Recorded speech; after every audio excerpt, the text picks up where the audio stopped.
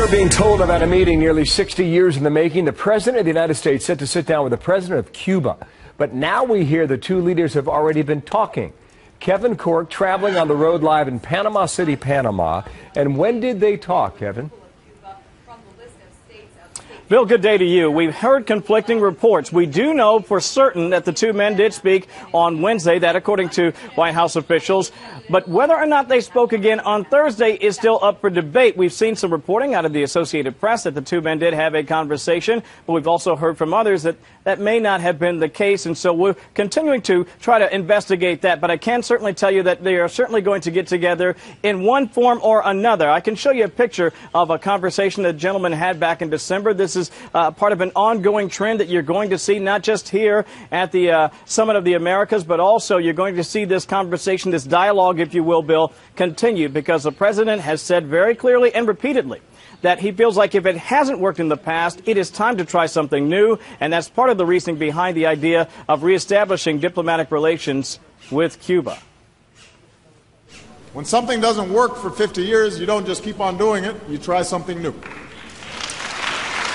And we are as committed as ever to supporting human rights and political freedom in Cuba and around the world.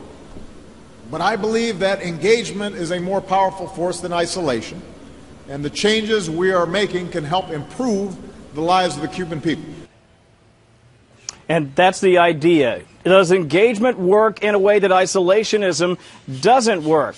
Only time will really tell, and we've seen some examples where that hasn't necessarily worked out terribly well, but we're not certain how this will play out. But the president seems willing, Bill, to give it a shot. Right, and you have this possibility that Cuba could be taken off the terror list. If that is the case, what changes for Americans?